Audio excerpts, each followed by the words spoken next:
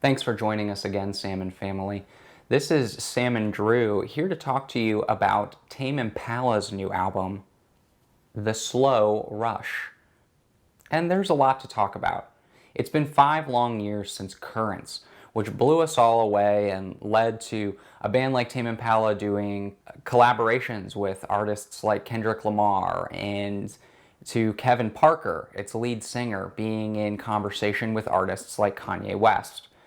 It's undoubtedly true and difficult to argue that Kevin Parker has become more or less an institution in indie rock. Not even just indie rock cult status, but transported to some sort of mythical space where the Coachella-verse, that Kevin Parker has been absent from the conversation, at least in so much as putting a new album out. The going has definitely gotten tough for Kevin Parker in regards to this album. The lyrics are of a quality, as I've discussed with friends of mine recently, that really suggest someone who had some deep depressive moments or issues and is working through them, is maybe even on the other side of them. I can really feel at this time that as I'm starting to get older, as my friends are starting to get older, as people get married, people change jobs, people deal with the impending climatological crisis, they become fatigued and they begin to ask themselves these questions of who am I and who do I want to be? And I think Kevin Parker is grappling with some of those questions, at least in so much as his pop rock sphere will allow him to. And that's an important detail to note, because while the direction of the album is interesting, some of the highlights include that there's more synthesizer use than on previous albums. I would venture to say that it almost moves into funk music in some places. Sometimes that means Bad Pharrell, and sometimes that means Doobie Brothers, sometimes that means Steely Dan, sometimes that even means Elton John in unexpected ways and moments. But lyrically, it often finds him falling into the same sort of vapid cliches about fame, about getting older, about being the person that you wanted to be and the person that you used to be.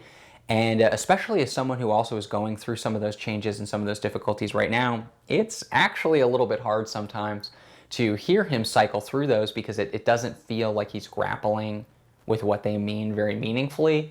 It feels like a midlife crisis on a record, and sort of the moments that follow it. To him, I think it comes across in the album as though it's as simple as, I'm not as cool as I used to be. You know, it reminds me of conversations I've had with friends at times where we are going out to the bars and someone drinks too much, and it's like, you know, it used to be so easy to do in the past, or you wake up with a hangover the next day, and you know, here, you know, it's just a pounding head. And that's how it feels sometimes to hear this guy kind of go through the mental Rolodex of where he used to be and where he is. One More Year is the song that starts off the album. There are an awful lot of us who are feeling like one more year is exactly what we have to wait. John Darnielle once said, I'm going to make it through this year. I'm going to make it through this year if it kills me.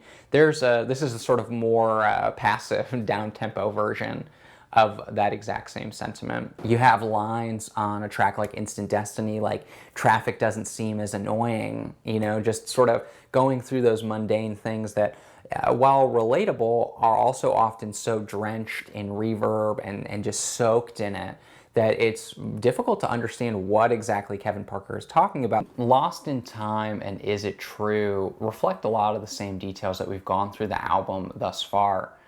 Lost in Time has that same sort of eventually terrible memories turn into great ones type of thinking that really pervades the album, and again, it's just a little too navel-gazing and backwards looking for me to truly connect with where he's at the moment. But they're also tinged with these insights that just don't often seem to hold up in today's day and age, where I think if you're going to go through an album that kind of suggests that malaise or that you've moved through something difficult, I think you have to bear a little bit more and be a little bit more vulnerable, show a little bit more in the lyrics to really make that connection. Because what we end up getting are just watered down Tame Impala songs. It Might Be Time probably won't stand out as one of the most memorable songs from this particular collection. It's almost divided into 2 parts, which is another way in which I think Kevin Parker is really tapping into the current zeitgeist of how music works. Just like A lot of Mad Lib beats will be composed of two parts, just like the music of Drake or Travis Scott. You get these artists who, are combining pieces of music to keep your attention, essentially. These are a bit of a slower burn. We're not talking about a 3-minute song with 2 beat changes. It's almost progressive in a way, where you're having these sort of bits of songs kind of stitched together, or after 4 or 5 minutes, maybe we transform into something else. It can be really cool and interesting, and I think this is a song actually that really captures the excitement of sort of these other changes, and that just have more of like a jazzy quality almost, or like, jazz funk. For me, the idea that comes along immediately is like Doobie Brothers or Steely Dan, something where there's just a little bit more like robust musicianship. Lost in Yesterday has some of those exciting multi-tracked vocals that the band is known for, just sort of little blips and pops in the background that make you feel like Kevin Parker is being backed by a really great band of angels that all happen to also be voiced by him. A lot of the songs have poppy, dynamic synthesizers, especially a song like Posthumous Forgiveness, which almost leans into a kind of proggy synthesizer quality to it that really adds something new to the Tame Impala sound. A lot of tracks have pretty crispy drums. Songs like Instant Destiny and Borderline really come in with these just very tasty kind of quality, almost sort of 808 feeling drum before finally dropping us off at One More Hour, which, its title seems to imply a sense of urgency, a sense of, instead of thinking in longer terms like the year, we've moved to the hour, we've moved towards what's most immediate. And the song does, again, kind of stretch what a Tame Impala song can be. It has this almost Elton John vibe that will sometimes run through the album. The best way I can describe it is that they're just songs that are primed for arena rock. They're meant to be played to large audiences. And if our man Kevin Parker is a general in the army of indie rock, these are the rallying cries to his troops that will be played in big box stadiums around the world. But there's also just something a little fundamentally confused about the album. And I think a lot of that has to do with Kevin Parker's departed musical direction, trying to get back into the swing of things, which I think in a lot of ways is what the album is about. But again, in a time in our history where there are so many mounting difficult concepts to deal with, and you do have more overtly political albums like Titanic Rising or something like Miss Anthropocene, you can definitely look at this and say, well, maybe what we need is to just dance, to just boogie, to just cut loose, and you might be right about that. And Tame Impala fans, just like I did when I heard this in the club, or when I was sitting in the field of Pitchfork in the back, just kind of watching the world go by in the light rain, there is a fun and an energy to the music that is still present, and especially I think for first-time listeners, for people who maybe don't have that same breadth of experience with the band, still kind of think of them casually, might be able to dip their foot in. Listening to an entire album of this, you're likely to find that your patience for Kevin Parker's point of view wears really thin. The challenges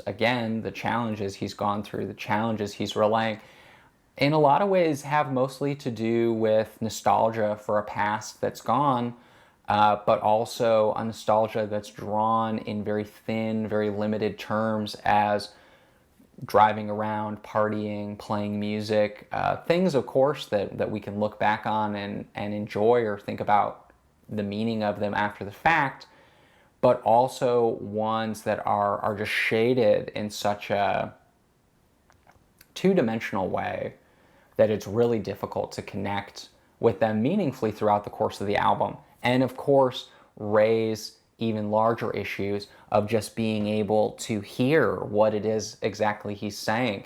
I think in this moment in time, what we're looking for from our artists is a little bit more substantial.